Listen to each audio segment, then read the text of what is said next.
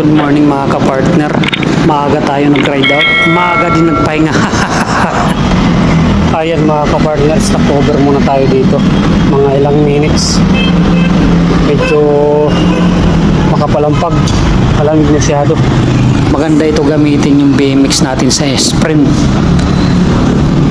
Para pagdating sa MTB, medyo magaan-gaan na.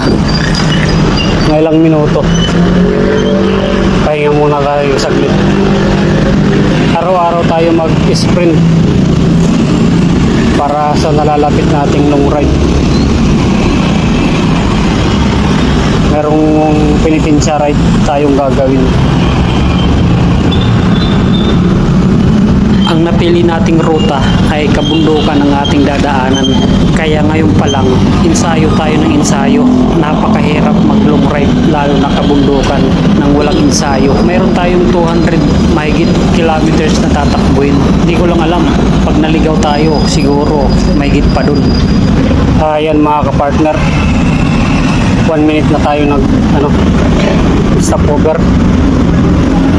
Maraming salamat sa inyo sa muli.